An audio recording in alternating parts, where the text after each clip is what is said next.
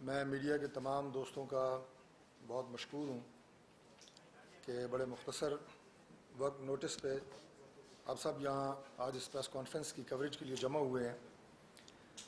آج کی press conference بنیادی طور پہ جو ایک مبینہ آڈیو لیک سامنے آئی ہے سابق وزیر خزانہ شوکت ترین صاحب کی، اس کے حوالے سے کی جا رہی ہے۔ پاکستان تحریک انصاف کا ماضی ہمارے سامنے ہے۔ جس طرح 4 سال انہوں نے حکومت کی، ملک کے اداروں کے ساتھ، ملک کی معیشت کے ساتھ، ملک کے سیاسی نظام کے ساتھ جو انہوں نے کھلواڑ کیا وہ تو سب کے سامنے ہے، لیکن کوئی جماعت یا کوئی شخص اپنی ذاتی خواہشات کی تکمیل کے لیے، دوبارہ اقتدار میں آنے کے لیے اس حد تک گر سکتا ہے، یہ پاکستان کی سیاست میں شاید اس سے پہلے آپ نے نہ دیکھا ہوگا۔ یعنی سیاسی جماعتیں ایک دوسرے کو تو نیچا دکھانے کی کوشش کرتی ہیں سیاسی میدان میں، اور وہ بھی ہم سیاسی میدان میں ایک دوسرے کو نیچا دکھانے کی بات کر رہے ہیں الیکشن جیت کے جمہوری عمل کے ذریعے۔ لیکن عمران خان صاحب وہ نام نہاد لیڈر ہیں کہ جو اس وقت ریاست کو نیچا دکھانے کی بات کر رہے ہیں۔ جس آڈیو لیک کی میں بات کر رہا ہوں جو ان کے وزیر خزانہ شوکت ترین صاحب کی بھی سامنے آئی ہے، جو اپنے 2 صوبائی وزرائے خزانہ سے بات کر رہے ہیں، سب سے پہلی بات تو یہ ہے کہ وہ شوکت ترین صاحب کا کوئی اکیلا فیصلہ نہیں ہے۔ وہ اس گفتگو میں، اور میں یہ بھی عرض کر دوں کہ یہ آڈیو لیک ابھی تک پاکستان تحریک انصاف نے اس کو ڈینائی نہیں کیا ہے کہ یہ غلط ہے، یہ جعلی ہے، یہ کسی اور کی آواز ہے۔ اس سے پہلے کہیں وہ ڈینائی بھی کر چکے ہیں، ڈینائی نہیں کیا ہے اسے، یعنی اون کیا ہے۔ اس میں وہ ابتدائی میں یہ بات کر رہے ہیں تیمور جھگڑا صاحب سے جو وزیر خزانہ ہیں KPK کے، محسن لغاری صاحب سے جو وزیر خزانہ ہیں پنجاب کے، انہیں کہہ رہے ہیں کہ ہم نے، یعنی پارٹی نے یہ فیصلہ کیا ہے، یہ نہیں کہہ رہے میں آپ کو یہ کہہ رہا ہوں، یہ پارٹی کا فیصلہ ہے، یعنی عمران خان صاحب کا فیصلہ ہے کہ ہم نے پاکستان کی جو ڈیل ہونے جا رہی ہے، جو معاہدہ ہونے جا رہا ہے IMF کے ساتھ، اسے سیبوٹاج کرنا ہے۔ اور یہ معاہدہ کوئی شہباز شریف کا، وزیر اعظم کا نہیں ہو رہا، پاکستان کا ہو رہا ہے، ریاست کا معاہدہ ہونے جا رہا ہے، اور ہم نے اسے سیبوٹاج کرنا ہے۔ اور سیبوٹاج کیوں کرنا ہے کہ جی چونکہ موجودہ جو حکومت ہے وہ ہمارے خلاف پرچے درج کر رہی ہے، یہ اقتدار کے مزے کر رہے ہیں، ہم نے ان کو نیچا دکھانا ہے، اور اس نیچا دکھانے کے لیے ہم جو ملک معاشی طور پہ بہتری کی طرف جا رہا ہے اس سفر کو ہم نے یعنی خراب کرنا ہے، پاکستان کو معاشی طور پہ خدا نخواستہ اور بدحال کرنا ہے تاکہ یہ حکومت ڈسٹرب ہو۔ حکومت اس سے ڈسٹرب ہو یا نہ ہو لیکن ملک اس سے ضرور ڈسٹرب ہوگا، اور واضح طور پہ وہ انہیں ہدایات جاری کر رہے ہیں کہ دونوں صوبے اس معاہدے سے جو IMF سے سابقہ دور میں ہو چکا ہے، عمران خان صاحب کے دور میں ہو چکا ہے، کہ اس سے آپ مکر جائیں، تحریری طور پہ آپ آگاہ کریں۔ دونوں وزرائے خزانہ کو کہہ رہے ہیں کہ تحریری طور پہ IMF کو آگاہ کریں کہ ہم اس معاہدے کی تکمیل نہ کر سکتے ہیں، جس میں یہ بھی تھا کہ دونوں جو صوبے ہیں وہ جو ان کی آمدن ہے اس سے سرپلس اکٹھا کریں گے، تو انہوں نے کہا تحریری طور پہ معذرت کریں کہ ہم اس معاہدے پہ عمل درآمد نہیں کر سکے تاکہ موجودہ معاہدہ سبوٹاج ہو۔ میں سمجھتا ہوں کہ اس سے زیادہ شرمناک حرکت، اس سے زیادہ ہائی ٹریزن ہو نہیں سکتی کہ آپ ریاست کے خلاف اس طرح کی سازش کریں، ریاست کے خلاف آپ اس طرح کی گفتگو کریں، اور اقتدار میں آنے کے لیے، اپنے سیاسی حریفوں کو تکلیف پہنچانے کے لیے آپ پاکستان کے خلاف یہ سازش کریں۔ یہ ایک انتہائی شرمناک حرکت ہے، یہ انتہائی قابل مذمت حرکت ہے، جس کے ہم کھلے الفاظ میں اس کی مذمت کرتے ہیں، اور آگے جا کے قانونی طور پہ جو بھی چارہ جوئی بنتی ہوگی وہ بھی ضرور اس سلسلے میں کی جائے گی۔ اور آپ یہ دیکھیں کہ اس سے پہلے ایک جو قسط ہے وہ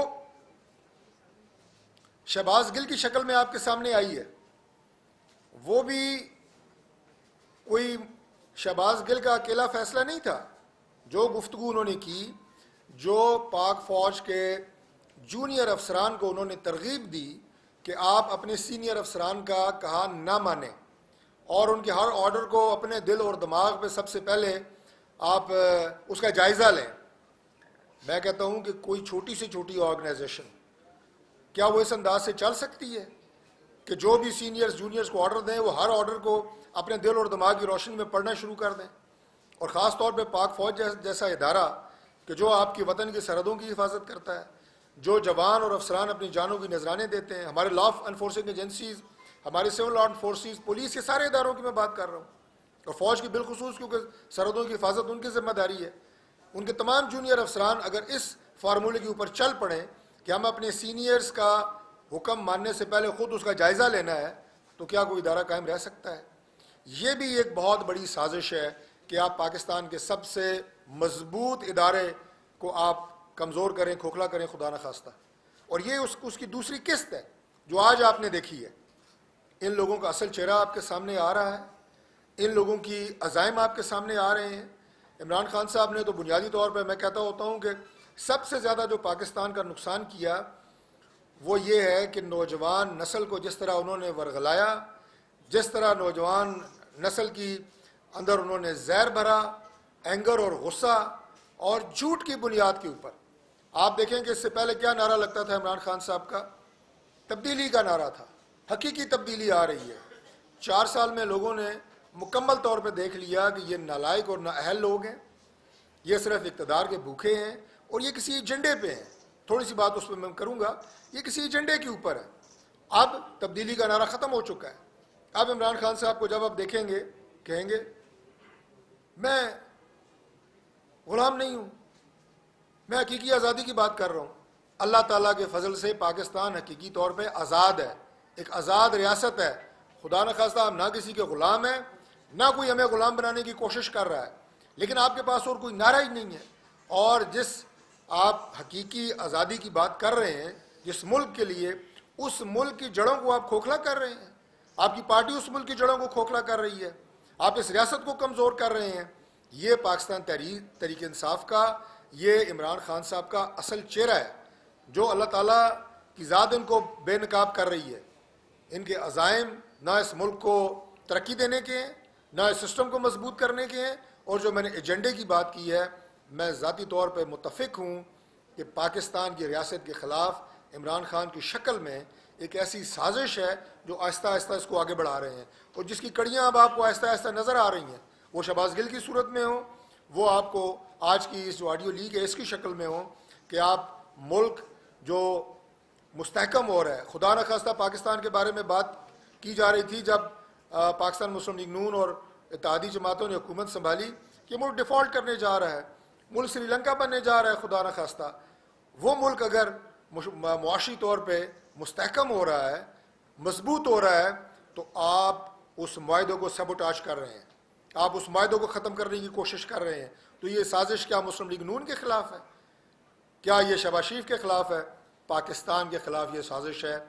جو اللہ تعالیٰ نے بے نقاب کی ہے. ان کے اصل چہرے آپ کے سامنے آئے ہیں. اور میں پھر یہ کہوں گا کہ اس سے بڑی ہائی ٹریزن، اس سے بڑی ملک کے ساتھ غداری یہ ہو نہیں سکتی. ہم اس کو بہت شدت سے کنڈیم کرتے ہیں، اور اس کے بعد جو بھی آگے قانونی چارہ جائی ہوگی وہ بھی انشاءاللہ تعالیٰ کی جائے گی. بہت شکریہ. میں ایم این اے محسن رانجھا صاحب سے گزارش کروں گا کہ وہ آپ سے مخاطب ہو. ادھر آ جائیں.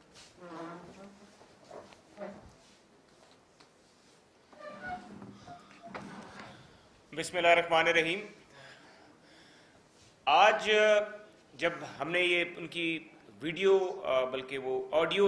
ریکارڈنگ جو تھی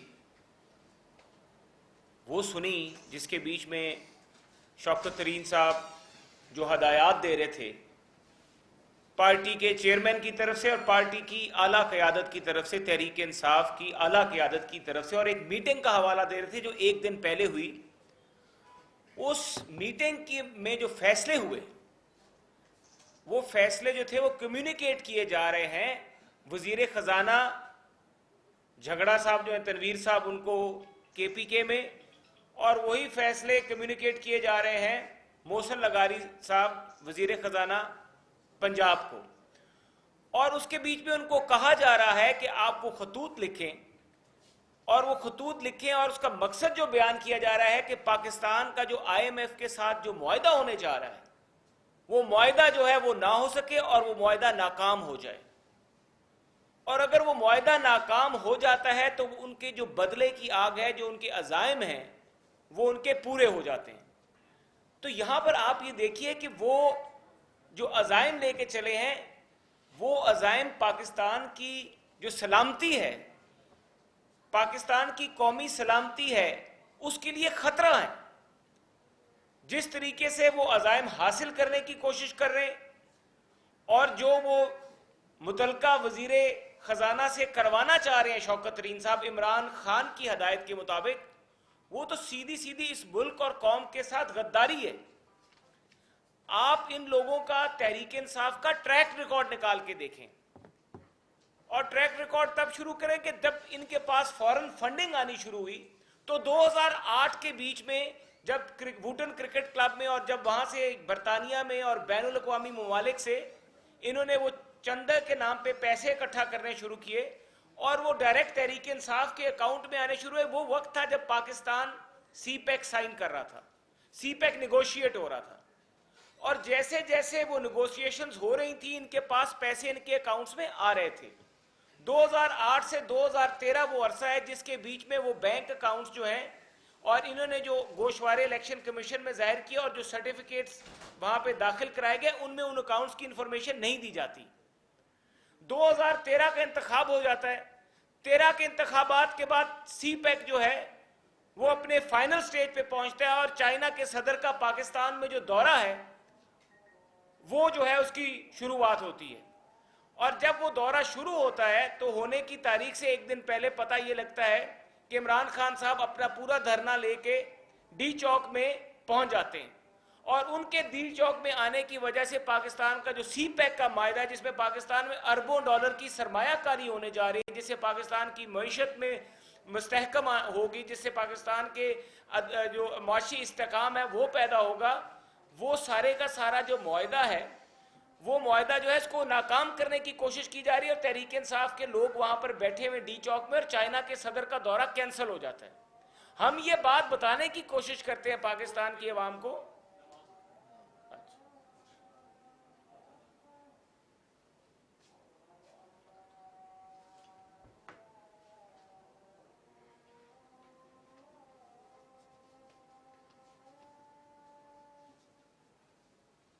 کا دورہ کینسل ہوتا ہے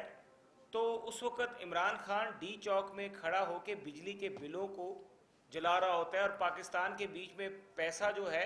وہ ہونڈی کے ذریعے بھجوانے کو جو ہے وہ فروغ دے رہا ہوتا ہے. تو آپ یہ دیکھیے کہ عمران خان کا اصل جو چہرہ ہے وہ کیا ہے. اس کے بعد اب فورن فنڈنگ کا فیصلہ ہوتا ہے. فورن فنڈنگ کے فیصلے میں بین الاقوامی کمپنیوں سے پیسے لیے گئے ہیں، بین الاقوامی ان کمپنیوں سے جو کہ پاکستان کے قانون کے نیچے جن سے پیسے لینے پر ممانعت ہے اور وہ پیسے نہیں لیے جا سکتے، وہ پیسے ڈائریکٹلی عمران خان کے اکاؤنٹس میں آ رہے ہیں اور جعلی سرٹیفکیٹ دیے جاتے ہیں اور اکاؤنٹ 16 کے قریب اکاؤنٹ چھپائے جاتے ہیں. وہ اس لیے چھپائے جاتے ہیں کہ ان میں وہ تمام غیر ملکی شہریوں سے، بھارت کے شہری ہیں، اسرائیل کے شہری ہیں، یورپین مختلف ممالک کے شہری ہیں، جن سے وہ پیسہ لیا جا رہا ہے اور وہ پیسہ جو ہے وہ عمران خان کے اکاؤنٹس میں آ رہا ہے. اور کچھ اکاؤنٹس ایسے ہیں جو یہ ڈائریکٹلی خود آپریٹ کر رہے ہیں اور جو کہ وہ کہتے ہیں کہ انہیں پتہ نہیں ہے، سرٹیفکیٹ جو ہے وہ ان کے آڈیٹر کی رپورٹ پہ کمپنیاں اور ان کے اکاؤنٹس عمران خان خود سیکریٹری ہیں ان اکاؤنٹس کے، کس طرح اسے کہہ سکتے ہیں.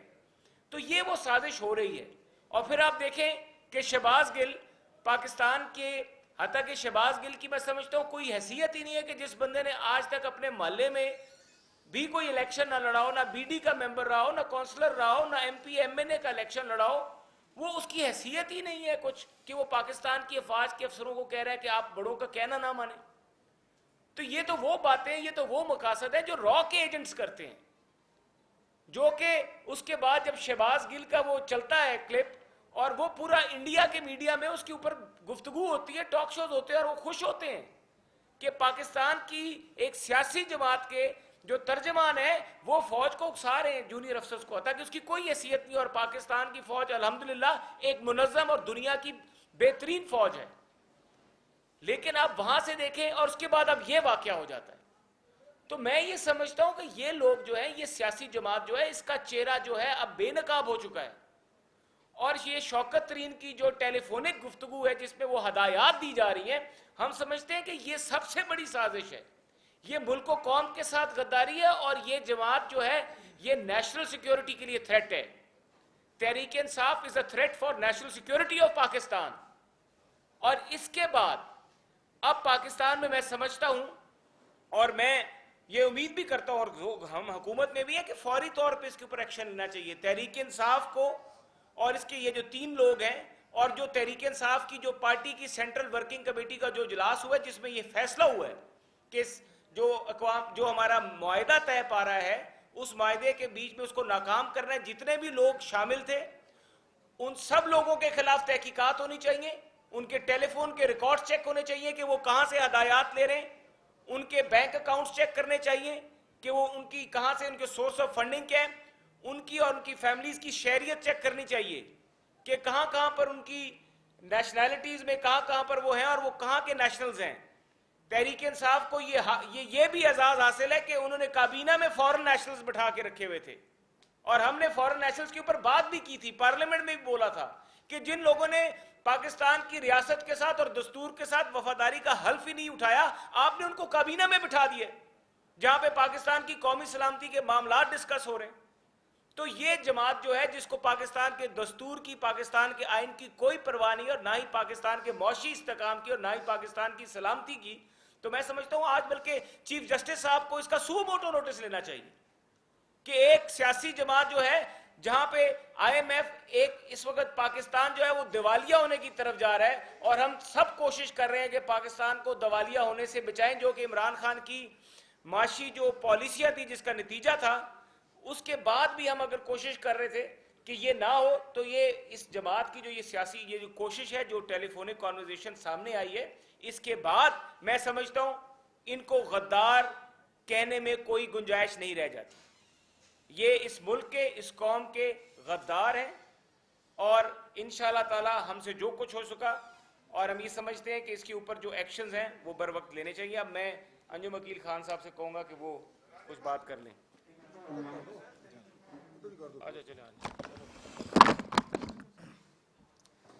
بسم اللہ الرحمن الرحیم. اصل ٹاپک جو آج تھا وہ یہی تھا کہ جس طرح آج عمران خان کے اصل چہرہ سامنے آیا ہے, اس سے پہلے بھی جب 2014 میں دھرنا دیا گیا تھا وہ بھی پاکستان کے خلاف ایک سازش تھی اور اربوں روپے کی جو انویسٹمنٹ آ رہی تھی وہ پاکستان میں نہیں آئی. اس کے بعد سی پیک جو پاکستان کی ریڑھ کی ہڈی کی حیثیت رکھتا ہے اس میں سست روی دکھائی گئی, وہ بھی پاکستان کے خلاف ایک سازش تھی. اس کے بعد آئی ایم ایف سے خود معاہدہ کر کے اس معاہدے کو توڑنا وہ بھی پاکستان کے خلاف ایک سازش تھی. اور آج ایک واضح سازش جب ملک معاشی طور پہ تباہ ہو چکا ہے, جب ملک دیوالیہ ہونے کے قریب ہے اور سب لوگ جانتے ہیں کہ اگر یہ قسط نہیں ملتی تو پاکستان کے حالات سری لنکا سے بھی برے ہو جاتے ہیں, ان حالات میں پاکستان کے ساتھ سازش کرنا, تو یہ میں سمجھتا ہوں کہ اب کوئی اس میں گنجائش باقی نہیں رہی کہ عمران خان جو مب الوطنی ہے وہ آپ کے سامنے آ گئی ہے. آج اس کو جس طرح میرے بھائیوں نے کہا کہ اس کو آج سو موٹو لینا چاہیے سپریم کورٹ کو بھی کہ آج ملک کی وقار کو اور ملک کی انا کو داؤ پہ لگایا گیا ہے. آج ملک کے ساتھ اتنا بڑا کھلواڑ کھیلا گیا ہے کہ آج ملک معاشی طور پر اگر ہمیں قسط نہیں ملتی, ان کی جو سازش کامیاب ہو جاتی ہے تو تباہ ہو جاتا ہے. اور اس میں خیبر پختونخوا اور پنجاب بھی شامل ہے, یہ وفاق کا نہیں ہے, پورا پاکستان ہے. اس لیے عمران خان صاحب اپنے کے پی کی بات کریں, 10 سال ان کی حکومت وہاں رہی ہے اور آج 2 دن پہلے کی بات ہے کہ ان کی بہن کے لیے تو ہیلی کاپٹر مل سکتا ہے. 5 نوجوان 4 گھنٹے انہوں نے انتظار کیا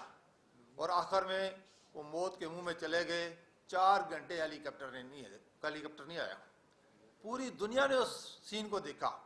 اور پوری دنیا نے پاکستان کی حالت پر میں سمجھتا ہوں کہ رحم کیا ہوگا کہ یہ پاکستان کس طرح بے یار و مددگار ہے. اس کی حکومتیں لوگ ترس رہے ہیں جان بچانے کے لیے, یہ اپنے ذاتی آسائشوں میں پھنسے ہوئے ہیں. آج اگر آپ دیکھیں تو ملک جس طرح سیلاب میں تباہ ہو چکا ہے، انہیں تو چاہیے تھا کہ تمام سیاسی اختلافات بلا کر ساری قوم ایک ہوتی، بلکہ اس کی بجائے یہ اوورسیز پاکستانیوں کو یہ کہہ رہے ہیں کہ آپ پاکستان میں سیلاب زدگان کی مدد کے لیے پیسہ نہ بھیجیں، کیونکہ انہوں نے آپ کو ووٹ کا حق نہیں دیا۔ ظلم ہے، استغفر اللہ، کہ اتنی سیاست گندی ہو چکی ہے کہ اپنی سیاست کے لیے آپ پاکستان کے عوام کی جانوں سے کھیل رہے ہیں۔ آپ دیکھیں کہ ان کے لیے، ان کی بہن کے لیے ہیلی کاپٹر موجود ہے، اور 5 آدمی جو پکار رہے ہیں جان بچانے کے لیے، پوری میڈیا نے دیکھا اور 4 گھنٹے وہ پکارتے رہے ہیں، ہیلی کاپٹر نہیں آیا۔ اس سے ثابت ہوتا ہے کہ عام آدمی کا پاکستان اور ہے اور اشرفیہ کا پاکستان اور ہے۔ بہت بہت شکریہ۔ ایک ایک کر کے پہلے وہ لے لیں آپ، ایک کر لیں، پہلے وہ کر لیں۔ آج ایک شخص جو کہ کمرشل بینک کا سی ای او / اونر ہے، سلف بینک کا، وہ اسحاق سے پی ٹی آئی کا سینیٹر بھی ہے، اس نے اسٹیٹ بینک ریگولیشن کی شدید خلاف ورزی کی ہے۔ آپ وارنٹ لا دیں۔ ایک بینک کے سی ای او اونر نے آئی ایم ایف کو لیٹر لکھنے کے لیے کہا ہے کہ آپ اس ریویو کو کمپلیٹ ہونے کی کمپلائنس نہ کریں۔ تو نون لیگ کی بھی سمجھ نہیں آتی ہے، فارن فنڈنگ کیس کا فیصلہ ہوئے کافی دن گزر گئے ہیں، وہ ہمارے عزیز اس کا ایکشن کب ہوگا؟ اسٹیٹ بینک چاہے تو آج سلف بینک کو بند کر سکتا ہے۔ اس شوکت ترین صاحب کے اس ایکشن کے نتیجے میں میرے خیال سے آپ کا سوال لمبا ہو گیا۔ میں بتاتا ہوں، دیکھیے جہاں تک وہ بات ہے کہ وہ جو الیکشن کمیشن کا جو ریفرنس ہے اس کی جو نیچے ہے وہ کام ہو بھی گیا ہے، اور اس کے بیچ میں قانونی معاملات ہیں جس کے اوپر وزارت قانون اور وزارت داخلہ اپنا کام کافی حد تک مکمل کر چکے ہیں، اور کیونکہ وہ ایسے معاملات ہیں جس کو ابھی اس وقت وزارت داخلہ ہی اس کو آپ کے آگے سامنے لائے گی، اور اس میں کوئی ایسی آئینی اور قانونی مدت نہیں ہے جس کی وجہ سے وہ متاثر ہو سکے، تو وہ ابھی وقت بھی ہے اور اس کے مطابق وہ کام بھی ہو رہا ہے۔ جہاں تک آپ کا دوسرا سوال تھا کہ وہ ممبر ہیں، اور یہ آپ نے بڑا اہم بات کی ہے، اور یہ اس پہ بالکل شوکت ترین صاحب جن کے اوپر ہم ہمیشہ سے کہتے تھے کہ انہوں نے پہلے بھی اس طرح کی انسائڈر ٹریڈنگز اور اس طرح کی چیزوں میں انوالو رہے ہیں، یہ واقعی ہی ان کی طرف سے یہ احکامات جاری ہونا واقعی ایک تشویشناک پہلو ہے، اور اس پہ ہم اسٹیٹ بینک کے ان کو بھی کہیں گے، بلکہ ہم یہ کیونکہ ابھی یہ صورتحال اس کے اوپر ایک مکمل لائحہ عمل جو ہے وہ ترتیب دیا جائے گا، اور اس کے جو بھی اثرات ہیں، جو بھی انہوں نے گفتگو اس کو آگے دیکھا جائے گا کیا کیا جا سکتا ہے۔ اب آپ بتا دیں، آپ ڈاکٹر صاحب آپ سے یہ سوال ہے کہ آدھا ملک ہمارا سیلاب زدگان متاثرہ لوگ ڈوب چکے ہیں، مر رہے ہیں، اس پہ ہماری خون کی پارٹی ہے، اس نے کیا اقدام کیے ہیں؟ کیا فلڈ کے لیے کیا آپ لوگوں نے کوئی عطیہ دیا ہے یا مزید آگے کیا کرنا ہے؟ اس کے ساتھ ساتھ یہ ہے کہ مریم نواز صاحب اور نواز شریف صاحب کے حوالے سے بتائیے کہ انہوں نے کتنا ڈونیٹ کیا ہے، کیونکہ انہوں نے باقاعدہ لوگوں سے تو اپیل کی ہے، خود کیا اور بہت سارے مریم نواز صاحب یہ بہت افسوسناک صورتحال ہے اس وقت۔ یہ ایک ایسی قدرتی آفت ہے جو سیلاب کی شکل میں پاکستان میں اور غالباً پچھلے 12 یا 14 سال میں کبھی اتنی تباہی نہیں ہوئی بارشوں کے اور سیلاب کے نتیجے میں جتنی اس دفعہ دیکھنے میں آ رہی ہے۔ بالخصوص سندھ، بلوچستان اور پنجاب کا بھی ہمارا جو ساؤتھ پنجاب ہے وہ بری طرح اس میں متاثر ہوا ہے۔ وزیر اعظم میاں شہباز شریف صاحب نے سندھ کے لیے غالباً 14 ارب سندھ کے لیے، 7 ارب بلوچستان کے لیے، 10 ارب بلوچستان کے لیے، اسی طرح ہمارا جو پنجاب کے اضلاع ہیں ان کے لیے بھی فنڈز بھی مختص کیے ہیں، اور خود بھی فزیکلی وہ تقریباً ہر ضلع کا دورہ کر رہے ہیں، اور وہاں پہ جو متاثرین ہیں، سیلاب زدگان ہیں، ان سے مل بھی رہے ہیں۔ ہر ممکن کوشش کی جا رہی ہے کہ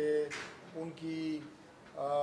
جس قدر بھی مدد ممکن ہو وہ کی جائے، ان کی دکھوں کو ان کا مداوع کیا جا سکے۔ پھر میاں نواز شریف صاحب کی ہدایت پہ مریم نواز شریف صاحبہ آج وہ بھی تشریف لے کے گئی ہیں۔ میاں صاحب نے قوم سے، آپ کو پتہ ہی ہے، قوم سے خطاب کی ہے، آپ نے تمام جو ہمارے پارٹی کے ایم این ایز ہیں، ایم پی ایز ہیں، عہدیداران ہیں، ان کی ڈیوٹی لگائی گئی کہ آپ متاثرہ علاقوں میں جائیں، ہر ممکن طریقے سے مدد کریں لوگوں کی۔ جن جن علاقوں میں